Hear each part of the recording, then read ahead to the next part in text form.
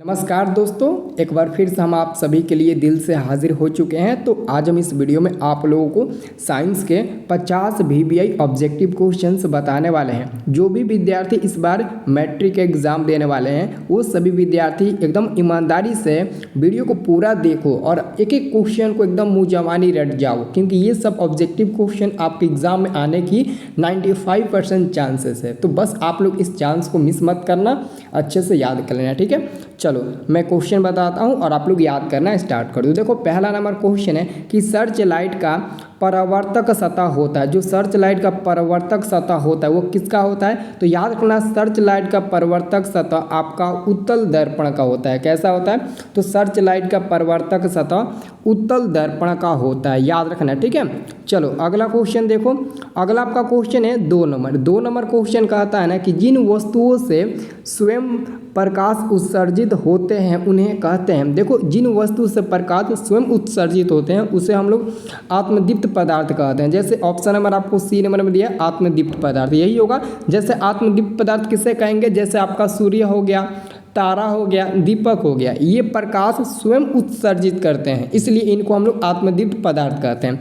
और जो option number A में है, ऑप्शन नंबर जो बी में अदीप्त पदार्थ हम लोग उसे कहेंगे जो स्वयं प्रकाश उत्सर्जित नहीं करते हैं। जैसे आपका कुर्सी हो गया, टेबल हो गया, या फिर चंद्रमा को ही देख लो, चंद्रमा के पास खुद का कोई मतलब कि प्रकाश वो नहीं देता है, बल्कि वो सूर्य के प्रकाश पर ही निर्भर करता है, ठीक है। चलो अगला क्वेश्चन हम लोग देखते हैं। अगला क्वेश्चन आपका है 3 नंबर। जब कोई बिंब अनंत पर रहता है तो उत्तल लेंस द्वारा उसका प्रतिबिंब बनता है। जब कोई बिंब यानी कि कोई वस्तु अनंत पर रखा जाए तो उसका जो प्रतिबिंब बनेगा वो उत्तल लेंस के द्वारा कहाँ बनेगा? तो वो आपका फोकस पर बनेगा, फोकस यानी कि एफ पर बनेगा, ठीक है। चलो अगला क्वेश्चन देखो।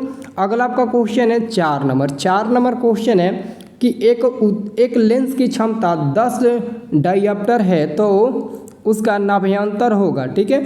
तो एक लेंस की क्षमता प्लस 10D है तो उसका नाभ्यंतर क्या होगा? तो उसका नाभ्यंतर होगा 0.1 मीटर। क्या होगा? 0.1 मीटर होगा, ठीक है। सब लोग अच्छे से याद रख लो, 0.1 मीटर हो गया। नाभ्यंतर का रहा तो मीटर में होगा ना, तो आपका क्या हो जाएगा? 1 मीटर होगा, ठीक है। चलो 0.1 मीटर, ठीक है। अगला क्वेश्चन आपका है 5 नंबर क्वेश्चन है 1 एंगस्ट्रम बराबर होता है तो 1 एंगस्ट्रम बराबर 10 के पावर माइनस 10 मीटर होता है। ऐसे 10 के पावर माइनस 10 मीटर होता है 1 एंगस्ट्रम बराबर, ठीक है, याद रखना। अगला क्वेश्चन आप लोगों का है कि अबिंदुकता के उपचार के लिए प्रयुक्त होता है। अबिंदुकता के उपचार के लिए यानी कि अबिंदुकता के दूर करने के लिए हम लोग किसका उपयोग करते हैं? तो बेलनाकार का उपयोग करते हैं। बेलनाकार यानी कि सिलिंड्रिकल होगा, ठीक है। आंसर आपका क्या होगा?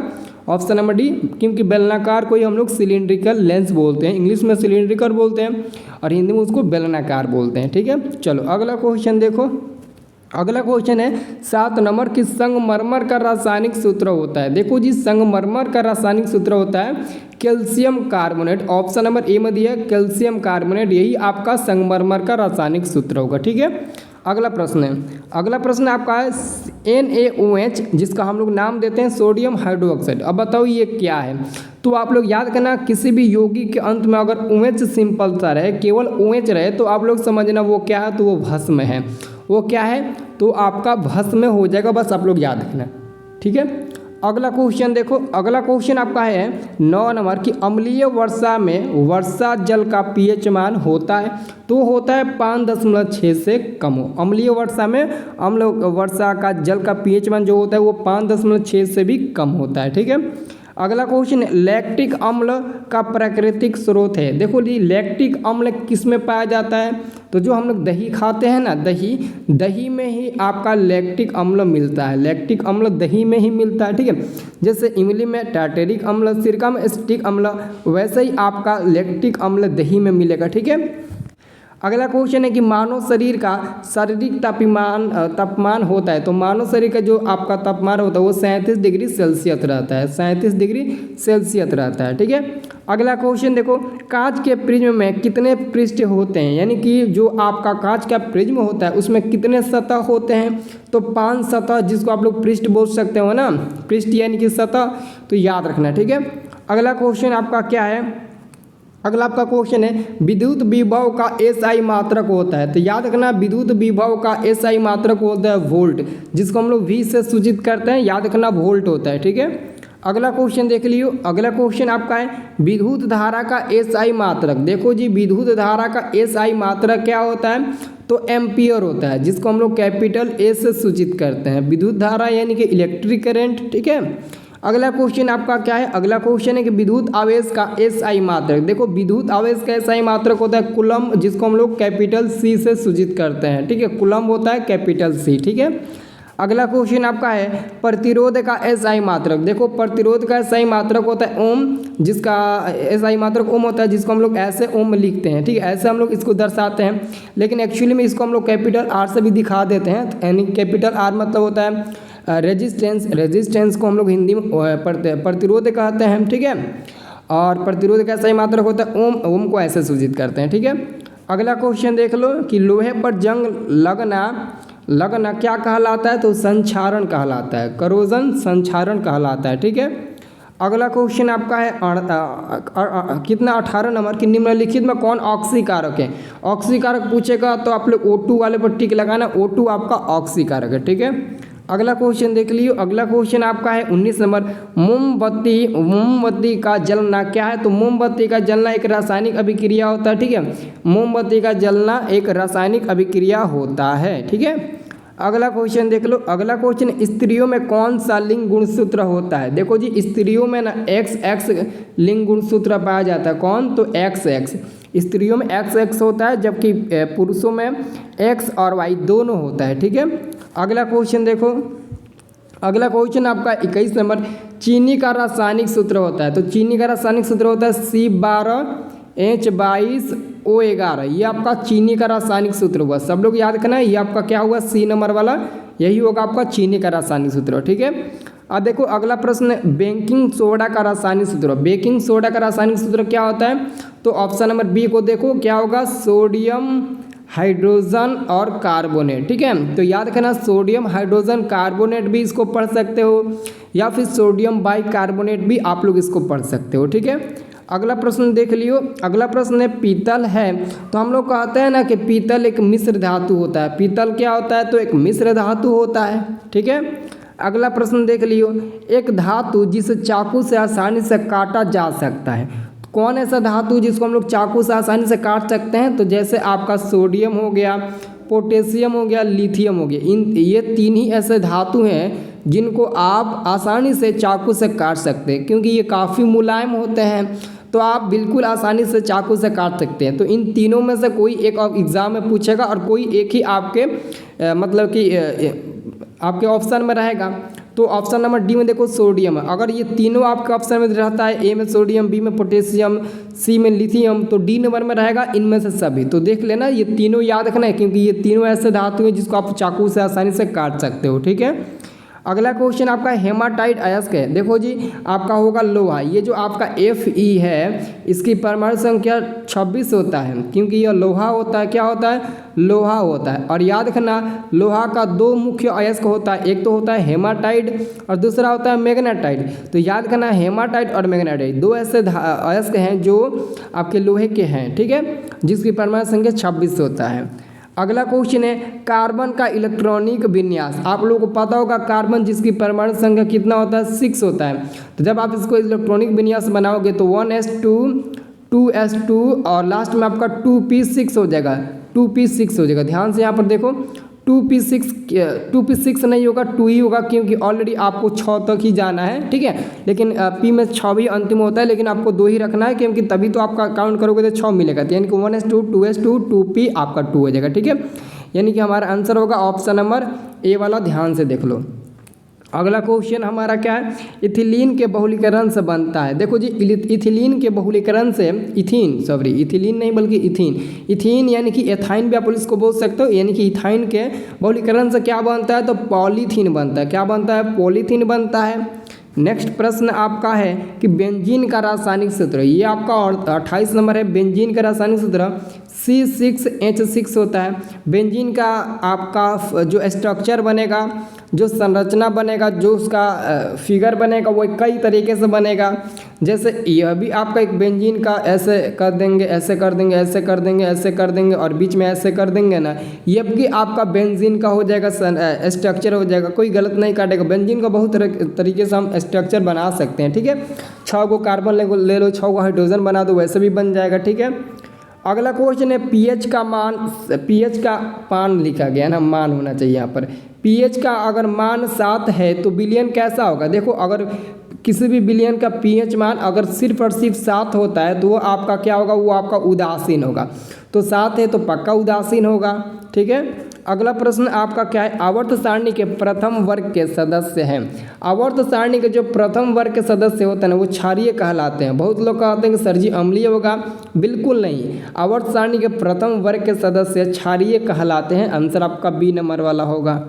अगला प्रश्न है ग्लूकोज का आणविक सूत्र है, तो याद रखना ग्लूकोज का आणविक सूत्र होता है C6H12O6 होता है। ये आपका ग्लूकोज का हो गया। और आपको मैंने अभी चीनी का भी बताया था, तो ए नंबर वाला आपका आंसर हो जाएगा। अगला क्वेश्चन है प्रकृति में ऑक्सीजन का संतुलन कैसे बना रहता है? तो प्रकृति में ऑक्सीजन का संतुलन प्रकाश संश्लेषण द्वारा बना रहता है, यानी कि फोटोसिंथेसिस, ठीक है। क्या होगा? प्रकाश संश्लेषण PHOTOSYNTHESIS, ये होता है फोटोसिंथेसिस, जिसको हम लोग प्रकाश संश्लेषण भी बोल सकते हैं, ठीक है। अगला क्वेश्चन आपका कि नेत्र के जिस भाग पर किसी वस्तु का प्रतिबिंब बनता है वो भाग कौन सा है? तो वो भाग है आपका रेटिना। और रेटिना को आप लोग हिंदी में क्या कह सकते हो? तो दृष्टिपटल कह सकते हो। क्या? दृष्टिपटल भी कह सकते हो। ये भी आपके एग्जाम के लिए इम्पोर्टेंट है, क्योंकि एग्जाम में रेटिना न देकर कभी कभी दृष्टिपटल भी देता है। अगला आपका प्रश्न है यदि पृथ्वी पर वायुमंडल नहीं होता तो आकाश हमको काला दिखाई देता। जैसे कि अंतरिक्ष में हम लोग जाते हैं तो आकाश कैसा दिखाई देता है? काला। ठीक वैसे, क्योंकि वहाँ पर कोई वायुमंडल नहीं होता है, इसी वजह से आकाश काला दिखाई देता है। तो अगर पृथ्वी पर भी वायुमंडल कोई न रहे तो आकाश निश्चित रूप से काला दिखाई देगा। अगला आपका प्रश्न है कि एक सामान्य नेत्र के लिए दूरबिंदु, तो एक सामान्य नेत्र के लिए दूरबिंदु तो अनंत होता है ना। आंसर आपका हो जाएगा डी नंबर वाला, ठीक है। अगला आपका प्रश्न है विद्युत आवेश का एसआई मात्रक। विद्युत आवेश का एसआई मात्रक कूलम्ब होता है, जिसको हम लोग कैपिटल सी से सूचित करते हैं। अगला आपका क्वेश्चन है ऑक्सीजन है, तो ऑक्सीजन एक हार्मोन होता है। आंसर होगा सी नंबर वाला, हार्मोन। ऑक्सीजन एक हार्मोन होता है। अगला आपका प्रश्न है कि द ओरिजिन ऑफ स्पीसीज नामक पुस्तक किसने लिखी?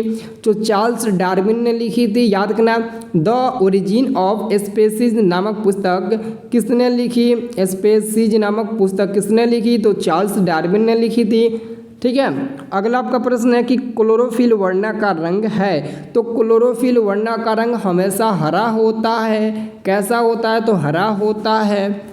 अगला आपका प्रश्न आता है टिहरी बांध का निर्माण किस प्रदेश में किया गया? तो टिहरी बांध का निर्माण उत्तराखंड प्रदेश में किया गया, यानी कि उत्तराखंड राज्य में किया गया, याद रखना। अगला प्रश्न है कि CFC का पूरा नाम बताओ, यानी कि CFC का फुल नाम क्या होता है? फुल फॉर्म क्या होता है? तो क्लोरोफ्लोरोकार्बन। क्या बोल सकते हो? क्लोरोफ्लोरो और साथ में आप कार्बन बोल सकते हो, ठीक है। क्लोरोफ्लोरोकार्बन ये आपका होगा सी नंबर वाला। अगला क्वेश्चन देखो, एक वयस्क मनुष्य के कितने दांत विकसित होते हैं? तो एक वयस्क मनुष्य में 32 दांत विकसित होते हैं। कोई ऐसा व्यक्ति है जिसका 33 यानी कि 33 यानी कि 34 ऐसे दांत हैं? नहीं है, अंतिम 32 ही होते हैं। अगला क्वेश्चन है सही आहार श्रृंखला बताएं। तो सही आहार श्रृंखला यानी कि खाने वाला हम लोग ऑप्शन नंबर डी को बताएंगे, क्योंकि घास को हिरन खाती है और हिरन को मारकर शेर खा जाता है, इसलिए हम आहार श्रृंखला बताएंगे, डी नंबर वाला। अगला क्वेश्चन है वह पदार्थ जो जल में घुलकर H आयन देता है, यानी कि हाइड्रोजन आयन देता है। जो जल में घुलकर हाइड्रोजन आयन देता है उसे हम लोग क्या कहते हैं? अम्ल देते हैं, अम्ल कहते हैं, यानी कि ऑप्शन नंबर बी होगा, अम्ल कहते हैं, ठीक है। अगला आपका प्रश्न है कि प्लास्टर ऑफ पेरिस का रासायनिक सूत्र है। तो प्लास्टर ऑफ पेरिस का रासायनिक सूत्र होता है कैल्शियम सल्फेट अर्धहाइड्रेट। ऑप्शन नंबर आपका होगा ए नंबर वाला, क्या होगा? Calcium sulphate into 1/2 H2O। Calcium sulphate होगा, कैल्शियम सल्फेट अर्ध हाइड्रेट, क्योंकि 1/2 H2O को हम लोग अर्ध हाइड्रेट कहते हैं, तो आप ऐसा भी बोल सकते हो कैल्शियम सल्फेट 1/2 H2O, ठीक है। और H2O तो जल होता है। अगला क्वेश्चन है कि जिप्सन का रासायनिक सूत्र, जिप्सन का रासायनिक सूत्र देखो जी, जिप्सन का रासायनिक सूत्र होता है कैल्शियम सल्फेट अर्ध hydrate, calcium sulphate into 2H2O, ठीक है, डाई हाइड्रेट बोल सकते हो। और याद रखना, जब हम प्लास्टर ऑफ पेरिस को गर्म करते हैं तो ही जिप्सन का निर्माण होता है। प्लास्टर ऑफ पेरिस को जब आप गर्म करोगे ना तो आपका जिप्सन का निर्माण होगा। अगला क्वेश्चन है कि मछली के हृदय में कोष्ठक होते हैं, तो मछली के हृदय में 2 कोष्ठक होते हैं और मनुष्य के हृदय में कितने होते हैं, तो अगला क्वेश्चन देख लो। अगला क्वेश्चन है कि मानव हृदय में कितने कोष्ठक होते हैं। इसका आंसर आपको कमेंट सेक्शन में जवाब देना है, जो जवाब देगा उसका रिप्लाई उसी समय मिलेगा। तो सब लोग ईमानदारी से इसका आंसर बताओ और एक एक लाइक करके जाना। और आज शाम को क्लास ज़रूर करना, बहुत ही इंपॉर्टेंट क्लास है आज शाम का क्लास चलेगा आपका 7 बजे से, तो क्लास ज़रूर अटेंड करना, कोई क्लास को मत छोड़ना, सब कोई क्लास अटेंड करना, ठीक है। तो चलो वीडियो को लाइक करो ईमानदारी से। तो और आज आप लोगों का कितना 18 जून है ना, तो आज है फादर्स डे और आप सभी को हमारे तरफ से फादर्स डे की हार्दिक शुभकामनाएं, ठीक है। मैं उम्मीद करूंगा कि आप अपने पापा से बहुत प्यार करते होंगे, ठीक है। Thank you so much. तो मिलते हैं बाबू अगले वाले वीडियो में एक और नए अंदाज में, ठीक है।